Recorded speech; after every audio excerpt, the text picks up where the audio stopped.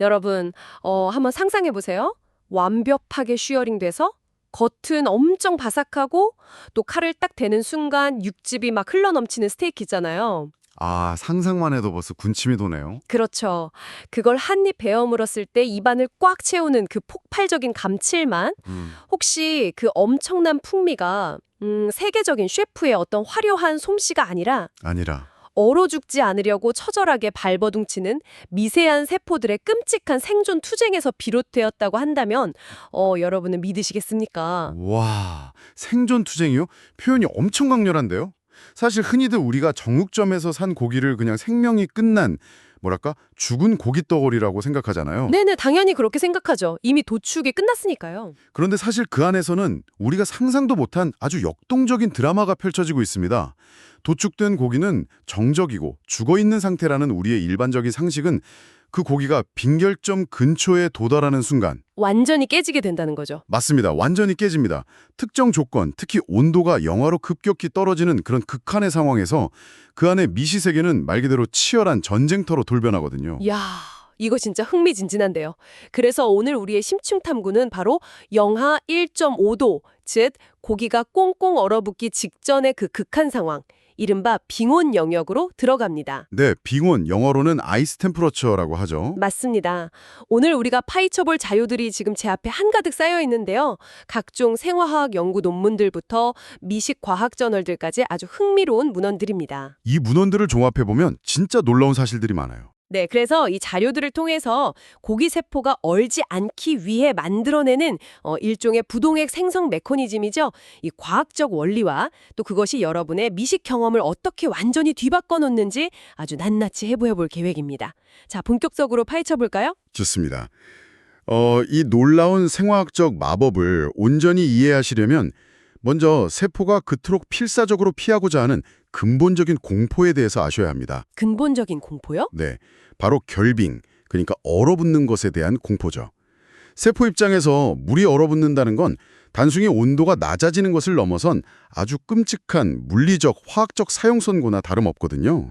구체적으로 어떤 타격을 입길래 사형 선고라고까지 하는 건가요? 제가 예전에 그 플라스틱 물병에 물을 가득 채워서 냉동실에 깜빡하고 넣어둔 적이 있거든요. 아, 쩍하고 터져버렸죠. 네, 완전히 박살이 났더라고요. 물이 얼면서 팽창한다는 건 아는데 세포 수준에서는 단순히 부피가 커지는 것 이상의 뭔가 다른 무언가가 있나요? 그 물병의 팽창을 세포 단위로 아주 미시적으로 쫙 축소해서 들여다보면 상황은 훨씬 더 끔찍합니다. 물은 얼음이 되면 부피가 약 9% 정도 팽창하잖아요. 그쵸. 부피가 늘어나죠. 그런데 고기를 구성하는 근육세포 내부는 무려 70% 이상이 물로 채워져 있습니다. 이 물 분자들이 뭉쳐서 얼음 결정을 형성할 때 단순히 풍선처럼 둥글게 커지는 게 아니에요. 그럼 어떻게 커지는데요? 아주 날카로운 바늘이나 깨진 유리 조각 같은 형태의 창을 만들어냅니다. 헉, 유리 조각이요? 네, 이 미세한 얼음창들이 세포막을 안에서부터 무참히 찌르고 찢어버리는 거죠. 와, 듣기만 해도 아픈데요? 약간 얇은 물풍선 안에 바늘을 가득 넣고 억지로 부풀리는 거나 마찬가지네요. 그렇게 물리적으로 세포막이 다 찢어지면 그 안에 내용물들이 밖으로 다 쏟아져 나오게 됩니다. 완전히 박살이 나는 거군요. 바로 그 지점입니다. 세포막이 붕괴되면 세포질이라는 아주 중요한 내부 물질을 보존할 수가 없게 되거든요. 여러분이 일반적인 냉동고기를 상온에서 해동할 때 핏물처럼 보이는 육즙이 겉으로 줄줄 흘러나오잖아요. 네, 네, 맞아요. 도마 위에 막 흥건하게 고이잖아요. 고기는 엄청 퍽퍽해지고. 그게 바로 얼음칼날에 난도질 당한 세포들이 흘리는 일종의 파편들인 셈이죠. 야, 물리적인 파괴만으로도 이미 완벽한 사형 선고인데 제가 문헌을 좀 보니까 화학적 탈수라는 더 복잡한 문제도 발생한다고 나와 있더라고요. 맞습니다. 이건 얼음 칼날이 찢어발기는 거랑은 어떻게 다른 건가요? 얼음이 얼기 시작할 때 말이죠. 세포 안에 물이 100% 동시에 다 같이 어는 게 아닙니다. 순차적으로 언다는 건가요? 네, 순수한 물 분자들부터 먼저 자기들끼리 결합해서 얼음이 되거든요. 그러면 아직 얼지 않고 남아있는 액체 부분은 어떻게 될까요? 물이 빠져나갔으니까 뭔가 농도가 엄청 진해지겠네요. 정확합니다. 물이 빠져나간 만큼 용질, 즉 그 안에 녹아있던 각종 미네랄이나 화합물들의 농도가 비정상적으로 급격히 솟구치게 됩니다. 아하. 극심한 삼투와 불균형이 발생하는 거죠. 이 고농도의 척박한 환경은 세포를 구성하던 단백질의 아주 섬세한 3차원 구조를 억지로 비틀어 버립니다. 단백질 구조가 비틀린다고요? 네. 결국 단백질이 원래의 기능을 완전히 잃고 비가역적으로 변성되어 버리는 생화학적인 사망 선고가 내려지는 겁니다. 여기서 정말 흥미로운 점은 잠깐만요. 흥미로운 점 말씀하시기 전에 제가 약간 헷갈리는 게 하나 있는데요. 네, 어떤 부분이죠? 개체, 그러니까 소나 돼지는 이미 도축 과정을 거쳐서 생명을 잃었잖아요. 그렇죠. 심장도 멈추고 뇌도 죽었는데 고기 세포가 막 스스로 어이쿠 온도가 떨어지네 얼어 죽겠다 방어 태세를 갖추자 이렇게 스스로 판단을 내린다는 게 말이 되나요? 신경계가 다 죽었는데 어떻게 반응을 하는 거죠? 아주 예리한 질문입니다. 확실히 동물의 뇌나 호르몬 시스템 같은 중앙 통제 장치는 작동을 멈춘 게 맞습니다. 네, 죽었으니까요. 하지만 근육세포 단위에 내재되어 있는 효소 시스템과 단백질 기계들은 여전히 배터리가 조금 남아있는 기계처럼 미약하게 남아 작동하고 있는 상태입니다. 아, 뇌의 명령 없이도 굴러간다고요? 네, 이들은 뇌의 명령을 멍하니 기다리는 게 아니라 온도나 산성도 같은 주변의 화학적, 물리적 환경 변화에 기계적으로 반응하도록 세팅되어 있거든요. 자동 반사 같은 거군요. 맞아요. 온도가 영하로 떨어지는 그런 극도의 환경 스트레스가 탁 가해지면 이 잔존하는 생화학적 스위치들이 켜지면서 유전자 코드에 각인된 최후의 생존 프로토콜을 딱 가동하는 겁니다. 나는 무조건 살아야겠다 이러면서요. 와, 대박이네요. 비유하자면 중앙정부는 붕괴해서 연락이 끊겼는데 각 지역의 말단 벙커에서 군인들이 생존 매뉴얼을 쫙 펴고 끝까지 버티는 셈이군요. 아주 완벽한 비유입니다. 그렇다면 그 끔찍한 얼음 칼날에 세포막이 찢어지고 단백질이 망가지는 걸 막기 위해 이 말단 벙커의 세포들은 도대체 어떻게 어느 점을 낮추는 건가요? 아주 놀라운 전략을 씁니다. 겨울철에 그 자동차 라디에이터가 터지지 않게 우리가 인위적으로 부동액을 넣거나 눈 오는 도로에 염화칼슘을 팍팍 뿌리는 거랑 정확히 같은 원리일 텐데 고기에는 누가 밖에서 주사기로 부동액을 놔주는 게 아니잖아요. 그렇죠. 주사해줄 사람이 없죠. 그러니까 자기 몸 안에 있는 재료로 스스로 부동액을 만들어냅니다. 과학계에서는 이것을 총괄성이라고 부르는데요. 총괄숭이요? 좀 어려운데요? 아주 쉽게 설명해 드릴게요. 물 분자들이 얼음이 되려면 얌전하게 자기들끼리 손을 잡고 수소결합을 맺어서 육각형의 촘촘한 구조를 형성해야 합니다. 네네. 그런데 그 물속에 다른 물질들, 즉 용질입자들이 잔뜩 돌아다니고 있으면 어떨까요? 물 분자들끼리 손을 딱 잡으려고 하는데 중간에서 그 용질 입자들이 자꾸 툭툭 치면서 회방을 놓겠네요? 맞습니다. 용질입자들이 바로 그 방해꾼 역할을 하는 거죠. 물 분자들이 결합하는 걸 계속해서 방해하니까 0도에서는 도저히 얼 수가 없고 온도를 영하 1.5도, 영하 2도까지 훨씬 더 낮춰서 물 분자들의 움직임을 아주 둔하게 만들어야만 겨우겨우 얼음 결정이 생길 수 있게 됩니다. 아하, 방해꾼이 많을수록 더 추워야 얼어붙는군요. 네, 세포는 바로 이 원리를 이용하는 겁니다. 맹물 상태로 있으면 영하 0.1도만 돼도 쉽게 얼어버리니까 살기 위해서 자신의 세포 질환을 용질이 아주 빽빽하게 들어찬 엄청 찐득하고 진한 국물로 만들어버리는 전략을 택하는 거죠. 이것을 더 큰 맥락과 연결해보면 근데 그 진한 국물을 만들기 위해서 세포가 막 닥치는 대로 재료를 찾아 분해한다고 문헌에 나오던데? 네, 맞습니다. 도대체 그 짧은 시간에 어디서 그렇게 많은 방해꾼 입자들을 만들어내는 건가요? 빙원이라는 게 엄청 빨리 다가올 텐데요. 그렇죠. 시간이 없죠. 그래서 첫 번째 타겟으로 삼는 게 바로 세포 내부에 에너지를 꽉 비축해두는 창고, 즉 탄수화물 덩어리인 글리코겐입니다. 글리코겐이요? 네, 글리코겐은 수많은 당 분자가 사슬처럼 아주 길게 얽혀있는 거대한 고분자 물질인데요. 세포 입장에서는 이 거대한 글리코겐 일개가 덩그러니 있는 것보다 쪼개는 게 유리하겠네요. 방해꾼 숫자가 많아야 하니까? 빙고! 이걸 잘게 쪼개서 1000개의 포도당이나 과당 같은 작은 입자로 흩어버리는 것이 부동의 효과를 1000배로 뻥튀기 하는 길입니다. 대박이네요. 입자의 총 개수가 많을수록 물 분자의 결합을 방해하는 녀석들이 많아지는, 그게 바로 아까 말씀드린 총괄성의 법칙 때문이죠. 이 과정이 곧 맛이 깊어지는 마법의 시간이 되는 겁니다. 여기서 정말 흥미로워지는 부분은 말이죠. 제가 아는 얕은 지식으로 좀 반론을 제기해 보자면 네, 해보시죠. 보통 고기가 도축되고 나서 일반적인 사후강직 상태를 거칠 때는 세포의 산소 공급이 딱 끊어지면서 이 글리코겐이 무산소 대사를 통해 젖산이라는 물질로 변하거든요. 오, 정확히 알고 계시네요. 그래서 고기의 pH가 떨어지고 약간 시큼한 산성을 띠게 되는 게 완전히 정상적인 생화학 경로란 말이죠. 그런데 영하 1.5도라는 빙원에 두었는데 어떻게 시큼한 젖산이 아니라 그 달콤한 포도당이 뿜어져 나오는 건가요? 야, 정말 핵심을 찌르셨습니다. 그게 바로 영하 1.5도라는 극도의 저온 스트레스가 만들어내는 기적 같은 예외 상황이에요. 예외 상황이요? 네. 평소의 상온이나 냉장 온도에서는 방금 호스트님이 말씀하신 대로 젖산이 생성되는 경로가 우세하게 돌아갑니다.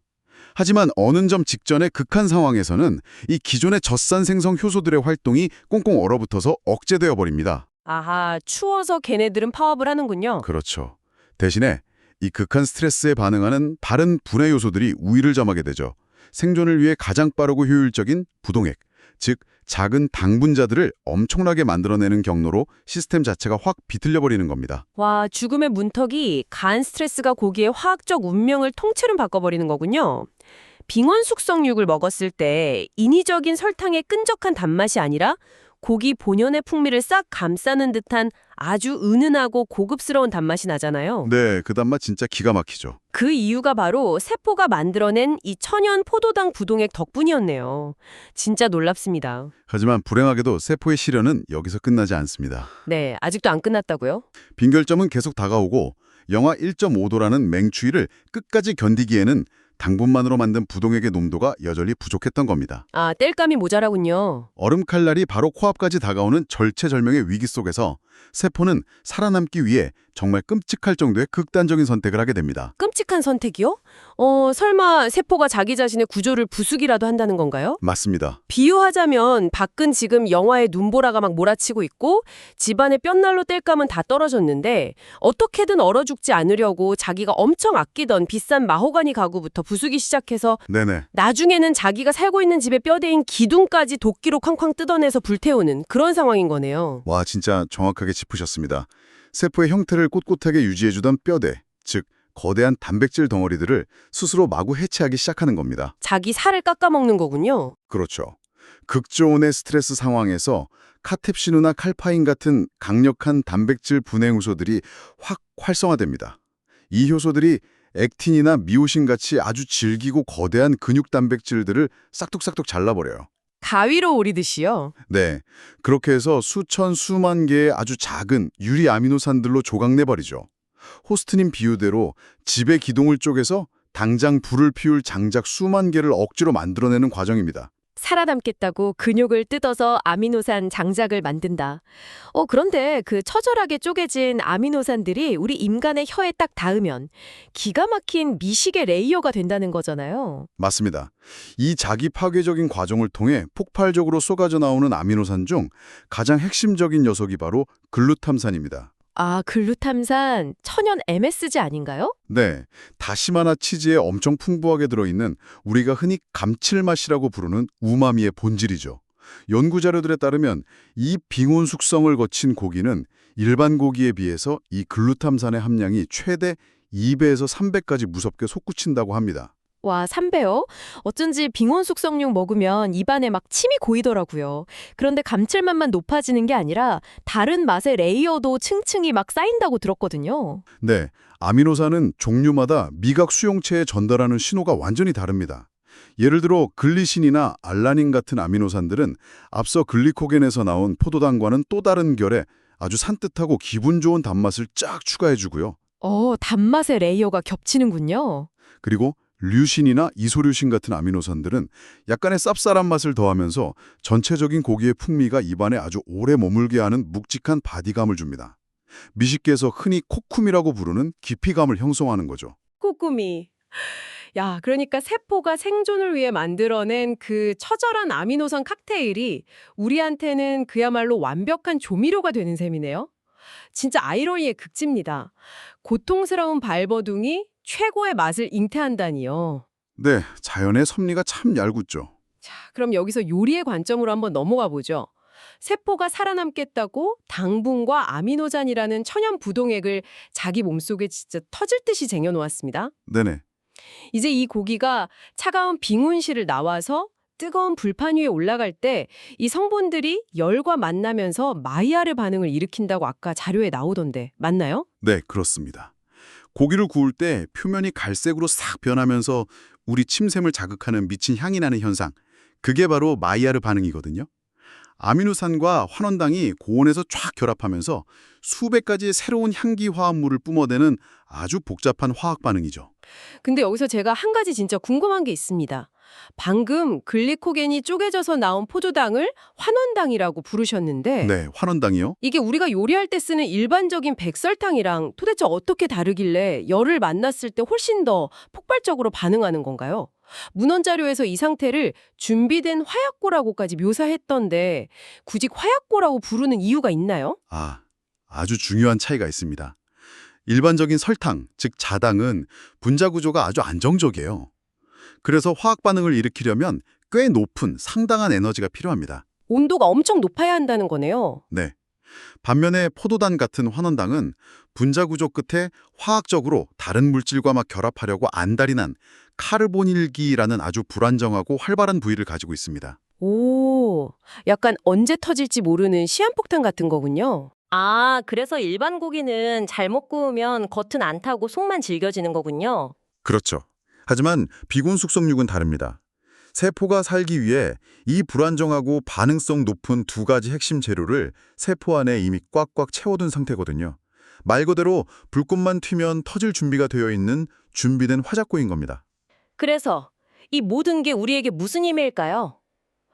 그 비유가 이제 완벽하게 이해되네요. 일반 고기를 굽는 게 축축하게 젖은 장작에 억지로 불을 붙이려고 막 낑낑대는 거라면 네네. 빙온 숙성육을 굽는 건 이미 기름을 흠뻑 머금고 있는 장작에 성냥을 툭 던지는 거나 마찬가지군요. 완벽한 비유입니다. 요리하는 사람 입장에서는 훨씬 낮은 온도에서도 짧은 시간 안에 겉은 바삭하고 속은 촉촉하게 만드는 완벽한 시어링이 아주 쉽게 가능하다는 뜻이네요. 네. 게다가 식감의 변화도 절대 빼놓을 수 없는 아주 중요한 지점입니다. 식감이요. 네. 이렇게 폭발적으로 늘어난 아미노산과 당분자들은 공통적으로 수분을 아주 좋아하는 친수성을 강하게 띱니다. 물을 좋아한다고요? 네. 자기들 주변에 물 분자를 자석처럼 꽉 붙잡고 절대 놓아주질 않죠. 아, 그래서 육즙이 밖으로 흘러나가지 않고 고기 안에 그대로 갇히기로 하는군요. 보수력이 극대화된다는 게 바로 이런 원리였네요. 네, 맞습니다. 게다가 세포 내부가 맹물이 아니라 고농도의 점성 있는 용질로 가득 차 있다 보니까 고기를 씹었을 때 조직이 툭툭 끊어지거나 질긴 게 아니라 마치 젤리나 찹쌀떡처럼 아주 찰지고 쫀득한 식감을 줍니다. 와, 찹쌀떡 같은 스테이크라니. 앞서 단백질 기둥이 뜯겨나갔다고 했잖아요. 그러니까 질긴 근육 섬유는 끊어져서 연해지고 내부는 쫀득한 용질로 가득 차 있으니 부드러움과 씹는 맛을 동시에 잡는 미식의 정점이 완성되는 겁니다. 야, 오늘 문헌들의 내용을 쭉 연결해 보니까 빙온 숙성의 미학은 그야말로 고통이 빚어낸 달콤함이라는 한 문장으로 완벽하게 요약할 수 있겠습니다. 영하 1.5도, 꽁꽁 얼어버릴 것 같은 죽음의 문턱이 가한 가혹한 스트레스가 세포 내부의 생화학적 스위치를 켜고 네. 글리코겐 창고를 막 털고 심지어 자신의 뼈대까지 깎아내게 만들었죠. 그렇게 뻣뻣하고 평범했던 고기가 경이로운 식감과 폭발적인 풍미를 지닌 명품 고기로 재탄생한 것입니다. 이 모든 과정이 인간이 맛을 위해 억지로 발명해낸 것이 아니라 생명체가 수억 년에 걸쳐 진화시켜온 본능적인 생존 시스템이라는 점이 과학적으로도 또 미식의 관점에서도 정말 깊은 전율을 줍니다. 맞습니다. 여러분, 다음에 완벽하게 구워진 육즙 가득한 스테이크를 맛보실 때 이 놀라운 역설을 꼭 기억해 보시길 바랍니다. 입안을 싹 감도는 그 달콤함과 감칠맛이 사실은 보이지 않는 미시적인 세계에서 얼음 칼날을 피하기 위해 근육세포들이 벌였던 치열하고도 장엄한 생존 투쟁의 흔적이라는 사실을요. 네, 오늘 이야기를 마무리하면서 저는 여러분께 이런 화두를 하나 던져보고 싶습니다. 어떤 화두인가요? 오늘 우리는 동물의 근육세포가 극저온의 스트레스를 받을 때 어떻게 유전자 코드에 숨겨진 거 엄청난 맛의 잠재력을 폭발시키는지 보았습니다.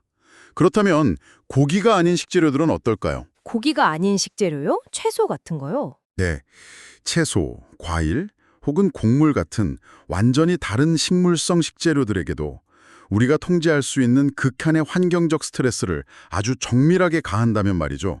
그들의 생존 코드 깊숙한 곳에도 우리가 지금껏 전혀 경험해보지 못한 완전히 새로운 차원의 맛을 열어젖힐 열쇠가 숨겨져 있지 않을까요? 미식과 과학이 융합하는 이 경계에는 아직 우리가 상상조차 하지 못한 수많은 우주가 기다리고 있을 것입니다. 와, 오늘 저녁 식탁에 올라갈 당근이나 양파 같은 식재료들이 갑자기 완전히 다르게 보이겠는데요. 과연 그 안에는 또 어떤 생존의 맛이 숨어 있을까요? 여러분도 이 질문을 스스로에게 던지며 한번 상상해 보시길 바라며 이번 심층 탐구는 여기서 마치겠습니다. 지금까지 함께 해주셔서 감사합니다. 다음에 또 뵙겠습니다.